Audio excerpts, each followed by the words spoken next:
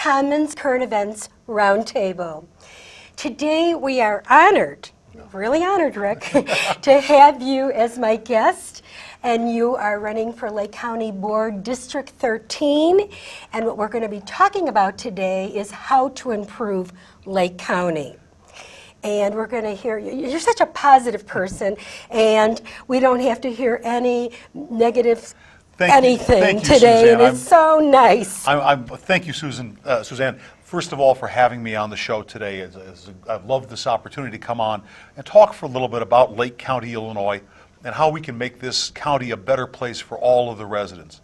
And yes, I like to stay on the positive on these questions. That I is think that's good. the only way that's really going to help improve things. That's right. I think I wish that all the people that are running for their candidacy, Me too. Yes, everybody would say everything nice and positive about everything, which I really, really like.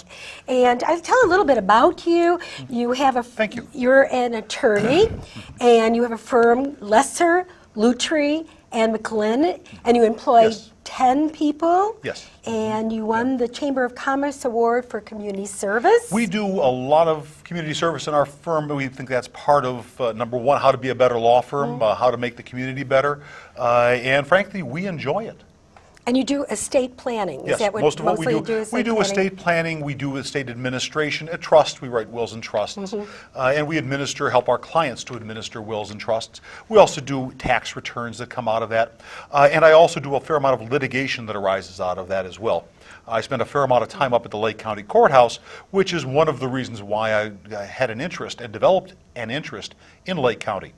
Yeah, that's what I was going to ask you, because I looked at your civic organizations. My God, you were president of Lake Forest, Lake Bluff Chamber of Commerce. Yes. You were also president of the Rotary Club. Yes. You've been president of the Lake County Bar Association. Yes. And Big and great organization, by the way, the Lake County Bar Association. Actually, all those are great organizations, but when I was president of the Lake County Bar Association, we did a lot of important things on a county-wide basis that took the organization from 700 members to 1,000 members. And all these things are non-paying jobs. Lake County Estate Planning Council, Deerfield Optimist Club. My God, you've been around for a lot. Suzanne, if it's a lot of work and it pays nothing, I'm all over it. That is good. I think I think I do a lot of work too.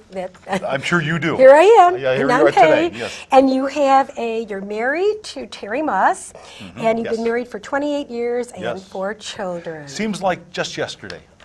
She may watch this. That's why I said. Yeah. Just like yesterday, right? So, what made you interested in right? Because I noticed that you were a trustee for 2 terms, which was 8 years, and I understand that they do not pay you as a trustee as well. I was also an unpaid position. Another unpaid position, and also nonpartisan as well. And yes, I served on the Lake Bluff Village Board for the last 8 years, and I think I was able to help Lake Bluff to improve our business climate. Actually, right now, Lake Bluff has 100% retail occupancy, which is really unprecedented in the area. And one of the reasons for that was that the village board took an active interest in opening up opportunities and getting out of the way of small businesses, and instead encouraging small businesses to open, change, reducing on-site parking requirements, reducing the restrictions on companies. And the result was that we're doing fairly well in the middle of a terrible recession.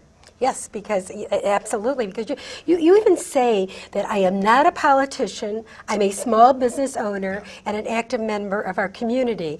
And it's interesting because most lawyers wouldn't say I'm a small business owner. They say, oh, I am a lawyer, but you don't do that. You think of yourself as a business owner. Well, yes, Suzanne, I certainly do. As I'll tell you.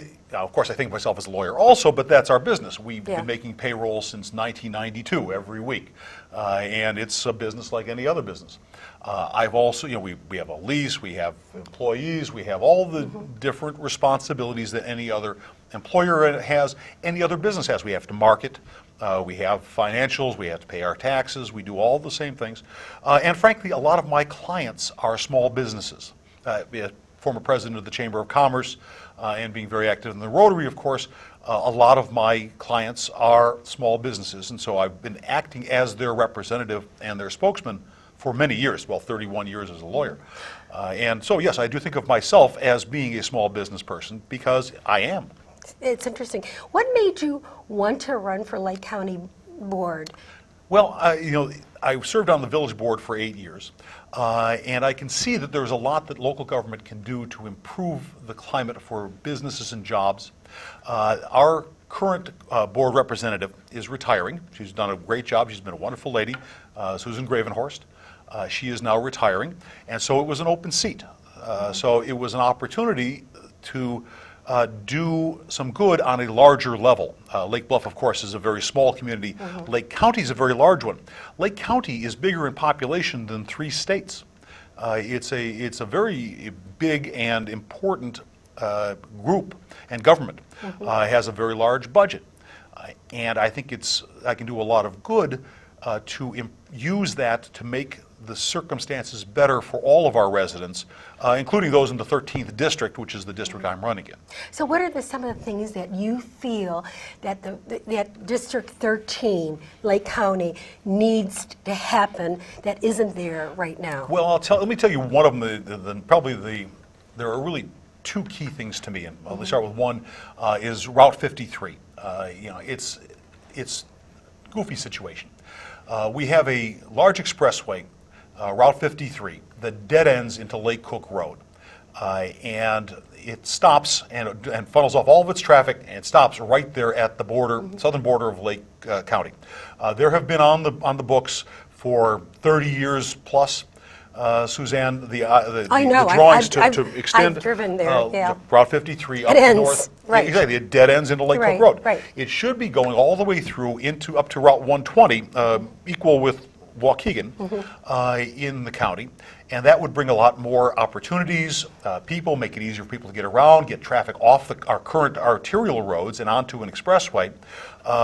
You can see the kind of development that they've had in DuPage County and in Kane County by using Interstate 88 and Route 355. Why hasn't it been done yet? I mean, what's the problem? What's holding it up? I think there was a fair amount of dissension as to whether it should be built. There are some environmental concerns, and I think the environmental concerns are legitimate, but that they can be ameliorated, and we can work around that. Because of that dissension, other counties have been taking this money and using it to build roads in their counties, Cook, DuPage, Kane, Will, and not in Lake. And the result has been now these roads dead end into Lake County. There is no more, the single most important thing that we could do to improve business climate in Lake County would be to extend Route 53 up to its natural ending at Route 120. That's number one. How are you planning on doing that? How it would be the way that you were going to go around about doing it? And that's really more a matter of lobbying and advocating than anything else. The county doesn't have the money to build the road. The only agency that really has the money to build the road is the Illinois Tollway Authority. The Illinois Tollway Authority is a group that we should be lobbying, we should be pushing, and a couple of years ago, the county very wisely, Lake County, had a referendum on whether or not to build Route 53, because one of the primary excuses not to build it was that there was a lot of dissension. Well, no, the referendum showed that the people of Lake County are very solidly in favor of building the road. I think that there's a lot that the county could do, and the county, frankly, is doing some things to encourage that. But there are other things that the county can do as well. A large part of my district, District 13, are unincorporated areas. Now, in unincorporated areas, as opposed to Highland Park, for example, where we are now, in the unincorporated areas, the county controls the zoning. And one thing that the county could do, the county has a zoning ordinance called the Unified Development Ordinance, UDO for short, which is somewhat antiquated. It places too many burdens and hurdles in the place of a business that wants to open up, particularly if it is a different use than what the old business was. And these come not only in the form of requiring special use permits for too many types of businesses. You mean if there was a restaurant previous and somebody wants to open up a yoga studio, for instance? Yes, there's a good example. The difference would require a long permitting process that would cost the yoga studio thousands of dollars and delay them for months before they could open. So that by the time, Well, businesses lose business because the person that's wanting to open a business takes so long that they decide, I'm not going to do it Maybe anymore. it's better to do it someplace else. Right, Or maybe right. it's not to do it at all, because after all, they're committing a lot of time, money, and effort, and may well be turned down and have And no also, certainty. banks are, especially community banks, are having problems, giving loans and, Yes. Yeah, and certainly it would encourage them if they had more certainty that the business would be allowed to operate. And this is certainly one big area. The other are the on-site parking requirements. We have very high, if you're building a shopping center in the middle of a cornfield, well, that's one thing because you have plenty of land to put in parking and you would naturally put in parking.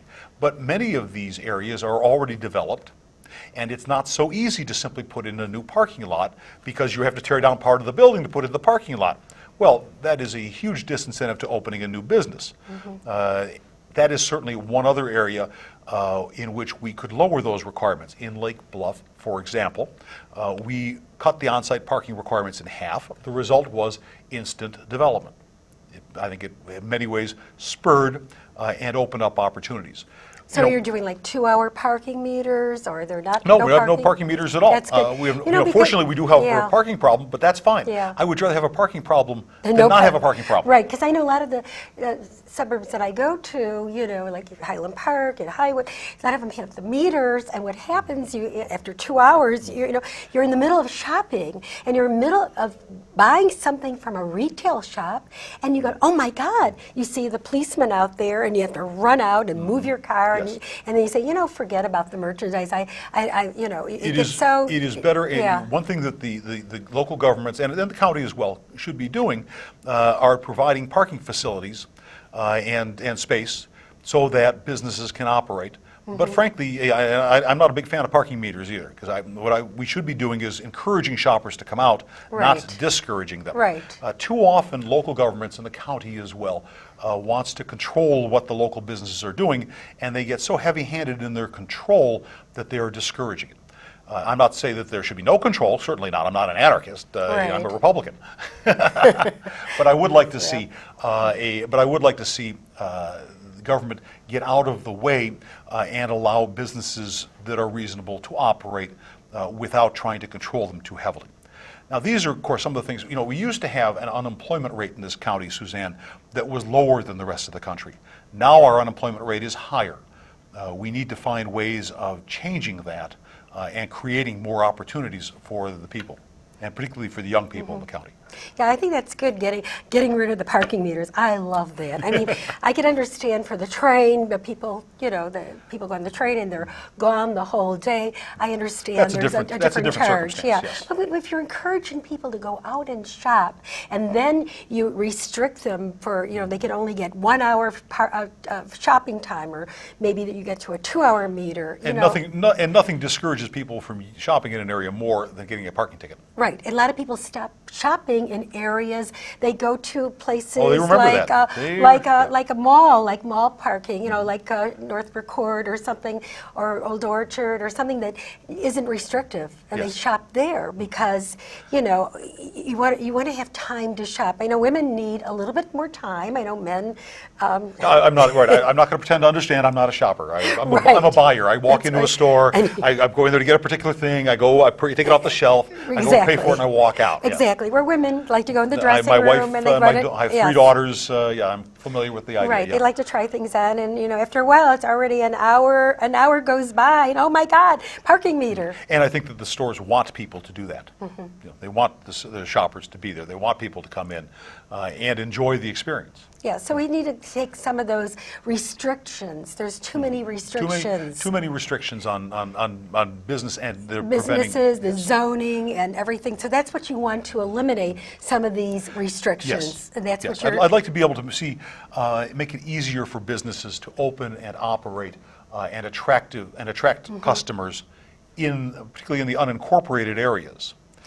Also, I guess in your district comes up, and I guess I have to get to this subject because I think, it's kind of important. Now, I live in Fort Sheridan, and I know the people there. I mean, I'm not as far as a golf course, I'm not sure. Of course, the I'm golf not- course. yes, Well, the golf course. this is a good and legitimate issue, and we're taping this in Highland Park. We got to talk about the golf course. The Yes. golf course. And there's been a lot of dissension because we had a golf course. We had a golf course, maybe it wasn't so attractive. It wasn't the, the beautiful, what are these called? These. It wasn't one of the modern courses that are very, that are very, well, that golfers like. Right, but it was enough that golfers liked because it was $25 or maybe less. You got to play golf for 18 holes, and you got a free cart to go with it. So it was very, very affordable. But nowadays, golf courses can be very not affordable. I will tell you, by the way, I am a golfer, but I never did play the Fort Sheridan course, unfortunately. I wish I had, but I didn't. But what happened to it is that we woke up one morning, and it was sort of like the daily Meigs Field, and the golf course was gone. To wake up in the morning, where's the golf course? Yes. They thought they had enough money to do it, and they found they were $4 million short. Not $1,000 short. Yeah, no, not a little bit short, yes. But $4 million short. Well, you know how government is, Suzanne. A million here, a million there. Pretty soon you're talking about real money. Right. And so there's been pro and con on this, and there have been a lot of people want the golf course, a lot of people don't want the golf course, and the the Lake County Forest Preserve District, which you're under that, right? That's District Yeah, the county 13. board doubles as the forest preserve. One meeting a month, they sit as the county board. Another meeting a month, they sit as the forest preserve board. Right. And so, yes, when I'm running for the county board, I'm also in effect running for the forest preserve board, which does include and control the golf course, as well as thousands of acres of really beautiful property here in Lake County. Right. So, and I know your feeling about it. You said if it doesn't, the two potential solutions that Well, you I'll tell you- say, yeah, let me and tell maybe you you what could the- let me talk tell you about what- let me tell you the problem your is. solutions and what you feel the At problem least- is, and I think maybe some of our people, because this is, this will go out to. I'd be glad to talk about at least about my feelings on the golf course. And I don't Absolutely. pretend to be the be-all and end-all or know-it-all. I'm always willing to listen and to talk. I try to be a reasonable person and to listen to what the other person has to say. And on the golf course issue in particular, there are different views, and there should be. The county in the 1990s, when they acquired the land from the federal government, when the Army decommissioned the base, the county did agree to build a golf course there. And the property was developed, and people such as yourself bought there with the understanding that there was going to be a golf course there. But there was a golf course there Oh, when sorry, I bought. well, there Yeah. would be they would develop a new one. A new one. Part of the deal was they're supposed to develop a new one. And that's not an unreasonable thing, but their circumstances changed. That happens. Since the 1990s, the demand for golf has dropped substantially. The number of rounds of golf per year have declined at Sunset, at Lake Forest's Deer Path course, at Lake Bluff's golf course, and the result is, frankly, it probably almost certainly could not be operated in a profitable manner. The county just recently put it out for bid to see would a private company be willing to buy the land or lease the land. I'm sorry. And operate a golf course there. And I think they even asked there for were a no- 9-hole golf course. and there were no bidders, which I can understand. I do not want to see the county build a golf course that's going to lose money every year. That is a worse idea. That's the worst possible idea. What would happen if they build that golf course and nobody would play golf on it? Well, how would Well, it- the county would either have to be losing money every year and be subsidizing it. In other words, the taxpayers out in Antioch and other areas, in Gages Lake and Wildwood, the taxpayers there would be subsidizing a golf course in Highwood and Highland Park. Not a good solution. If it's not going to make money, they shouldn't be building it. That, however, does leave the homeowners there high and dry. Now, frankly, I am a lawyer. I take kind of a lawyer's answer to the question, and that is the homeowners would be able to sue the county if the county simply refused to build the golf course, and the homeowners might well win that lawsuit because the county did agree to build this. Right. So the county could pay damages. Now, the damages are the difference between the value of the homes. The judge is not going to order the county to build and operate a golf course. That's not going to happen. That would be a wrong decision by the judge. It would never happen. Instead, what the judge would do is to award the difference between the value of the homeowner's homes with a golf course and the value without a golf course. Now, that's something that can be determined, if not exactly. You have appraisers. There are plenty of studies on what the value, how much a golf course adds to the value of land or detracts from it. And you could reach a number. And I'm going to bet it's a pretty small number, too, by the way. I don't think it's going to be a big number. I think it'll be a small number, certainly less than building and operating a golf course at losing money every year So into you think perpetuity. how much money do you think the families would get from Oh, something I have no like idea. that? I have no idea. I'm Yeah. not an appraiser, and I don't want to Yeah. pretend to be an appraiser. Okay. But that's an easy enough question to answer. And I think if you're not going to build a golf course, they probably are entitled to those kind of damages. But I think if you found out what they were, they're not going to be all that much.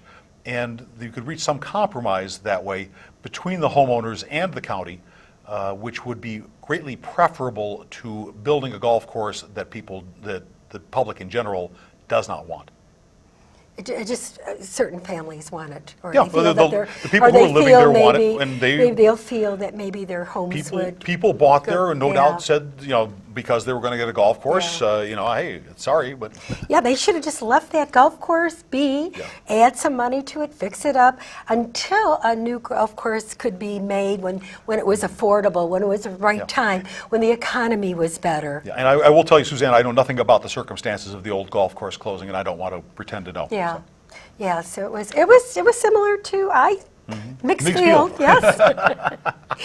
So besides the golf course, you also talk about Winchester. There was another that came up too. One of the other issues That out you- there in the that you- county yeah. Is Winchester House. Okay. Winchester House is a nursing home that has been in existence for many, many years, that the county owns and the county has operated. Now, when Winchester House was first built, I don't think there were any other nursing homes in the county, so it was providing a service which, frankly, the private industry was not meeting. Now, however, there are many nursing facilities of many different kinds, different levels of care, all throughout the county, and there is no real reason why the county should still be operating this. Now, the county took a good first step recently by privatizing the Winchester House. That is, they're now leasing it out to a private company, and the employees are no longer government county employees, but rather employees of the private company. But there is still a plan to build a new building to modernize and to go into the future, and I will tell you, I'm not a big fan of the idea. Once again, this is something that private industry is meeting, and why the taxpayers should be putting forth the money, the capital, to build a public facility that's going to compete with private facilities does not strike me as being appropriate. So Winchester is a public facility. Yes. And so I know you feel that privatization is the Correct. way to go. This is a- Because right. I think I hear the theme of everything you said, privatization. You are correct. Yes, You are correct. yes. And once again, I don't mean to go back to Lake Bluff again, but we learned plenty of lessons the good way there. In Lake Bluff, we privatized the garbage hauling. The result was we saved about $320,000 per year. It is much cheaper to have these jobs done by private employees than by government employees. Now, mind you, the same people are doing it. When Lake Bluff privatized the new hauler, the private hauler, Groot, hired the village employees who were doing it. So there was So a nobody government- went out, nobody was put out of work. It's just that now they're employees of Groot rather than the village of Lake Bluff. The result is it's much cheaper to do. So if things were more privatized, you feel that things would be a lot better. Well, I think it would be cheaper for the taxpayer. I am concerned about the taxpayer, and that is part of improving our job situation. And Lake County has in general done a very good job with fiscal management. Lake County has a AAA bond rating. Lake County is the envy of the United States of America, which Really? doesn't have a AAA bond rating anymore. And some of the European Now, countries don't either. Oh yeah, France is. France plenty is, of- yeah, now, right. now, why it is that Lake County is more creditworthy than the United States of America, which prints its own money, I'm not entirely sure. I don't want to pretend to understand why these credit rating agencies do what they do, but Lake County has been good at its fiscal management, and I want to continue that. And privatization is part of that. We need to always be vigilant in looking for how we can reduce the burden on the taxpayer. It makes it easier for people to live in our county. It makes it easier for them to support businesses. It makes it more attractive for businesses to come here. And the more we can do that, the better off Lake County will be 20 years from now. You know, it's so interesting to talk to somebody that has so much knowledge, you know. Well, I don't know if I qualify for that. Knowledge to, you know, because you're going to tell me a little bit about what the services of Lake County. We have a little bit more time. Maybe you could tell us a few things of Lake County, and also that the primary is coming up pretty soon too, and that's when. Well, that's when I'm on the ballot, March 20th. March Yes. 20th. You know, it's a good question because people hear about the county, but they don't necessarily know what it is. Right. Especially people who live in incorporated areas Right. are often unfamiliar with what the county is and does. Exactly, and what they do, because I wasn't familiar. I only know what Highland Park, Highwood. You know what Highland we're Park in does. our area, you know, the area that I live in. Yeah, the county in particular governs. It does a lot of services for everybody in the county, whether you live in an incorporated area or an unincorporated area, such as the courts. The courts are all owned by the county, and the clerk of the courts. That's a county-wide office, separately elected, but all funded through the county. The county board is in effect the legislature for the county, but the county also has, as the clerk of the court, they have the county clerk, which runs the elections. The county clerk is in charge of the actual election machinery, the voting, all of the tabulation. We have the sheriff, who is in charge of the county jail, where you go if you're very bad, even if you're in an incorporated area. That's up in Waukegan. Sheriff, a good friend of mine, Mark Curran, sorry about that. I had Mark Kirk on the brain because of his recent stroke, terrible thing. Hopefully that Poor he gets man. well. Great yes. guy. Yes, he is. I'm sorry, but the county also has the prosecutor, the state's attorney's office, which prosecutes crimes, the public defender, which defends indigent criminals. The county has roads. The county has hundreds of miles of roads that they both build, maintain throughout the county area. The county has in charge of stormwater management. I mean, water doesn't care whether it's in Highland Park or Lake Forest or Lake Bluff. The county is in charge of stormwater. Well, that is, we have so much more to talk about, and I want to hear how everything turns out for you. I see my credits are starting to roll down, and we could talk a little bit more until everything closes on this all show. right, okay. But Well, again, I want to thank you for coming on the show. My pleasure, Suzanne. Thank you for having me here. And to, it's been a pleasure to, and really a learning experience for me about Lake County, because I'm one of those people that didn't understand so much, Lake County has its own government, has its own, and it rules a lot of us too that we're here. Bigger than 3 states. And I really want to welcome you to come back to the show, because, and I'm sure to hear your accomplishments once everything's put aside, and to hear what you are doing and what's going through for us. Once I'm on the county board, Suzanne, I would love to come back and talk a little bit about what.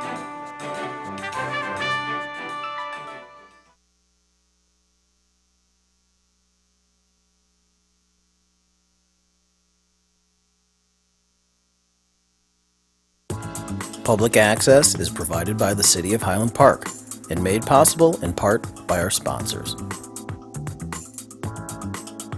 Ravinia Festival, CJE Senior Life, Gand Music and Sound,